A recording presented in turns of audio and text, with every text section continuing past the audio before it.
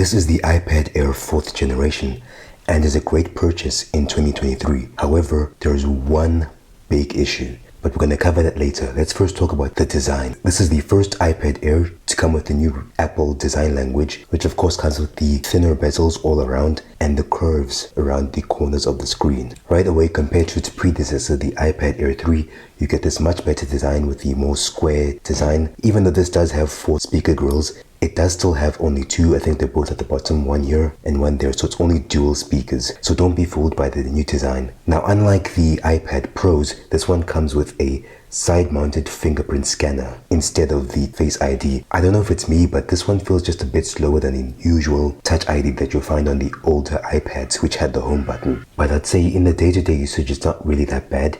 If this is your first iPad, then you won't really notice the slight reduction in speed. Now, with this new redesign also comes the addition of a USB Type-C port at the bottom. So that means that if you're someone who uses this thing with a lot of professional apps, for example, video editing software or photo editing software, it'll be easy to get your files off from a hard drive or a flash drive into here. You also don't have to buy any Apple specific USB dongles. Instead, you can just buy any one that has USB Type-C and you'll have no issues at all. However, this does come at the cost of losing the headphone jack. So as you can see, it's nowhere to be found. So you will have to use either an adapter to convert from USB Type-C to 3.5 millimeters, or you have to buy USB Type-C headphones. You also get support for the new Apple Pencil, which is the Apple Pencil 2nd generation, which will magnetically attach to the top. Now, if you can't afford an Apple Pencil, you can also find some fake Apple Pencils for much cheaper, even one for 1/3 of the price. So compared to the iPad 10th generation, which has all these weird cables that you have to use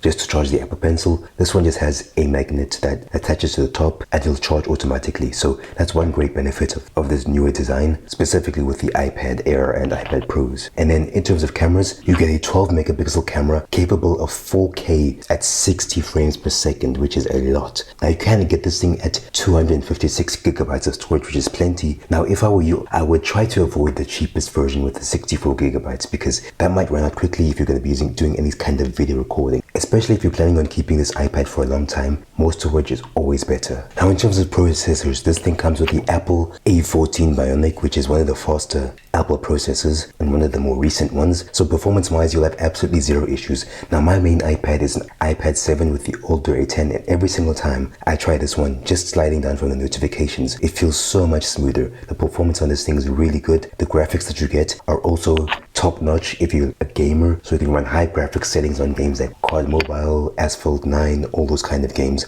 will have high graphics settings with high frame rates. However, this thing only has a 60 Hz screen, unlike the 120 Hz you get on iPad Pros, so that does mean you're a bit limited in terms of frame rate for gaming. Despite that, this thing feels so fast and so smooth, and I really like it. However, maybe you might want to consider the iPad Air 5 because the M1 is a massive step above the A14 in here. You even get 8 gigabytes of RAM, which is way too much for an iPad. So if you're someone who's a professional user, for example, using something like DaVinci Resolve, or you play lots of games, or do lots of multitasking, the newer iPad might actually be worth more compared to this one. However, for 90% of iPad users, I don't think the performance is going to be that big of a difference in day-to-day usage. So if you're someone who doesn't care about the graphics or doesn't do any professional video editing or photo editing, then this thing is 100% great. So if you can find this thing at a discount compared to the newer iPad Air 5, I would highly recommend it. If you want to get this on Amazon, I'll also put a link in the description if you want to check it out. Thanks for watching.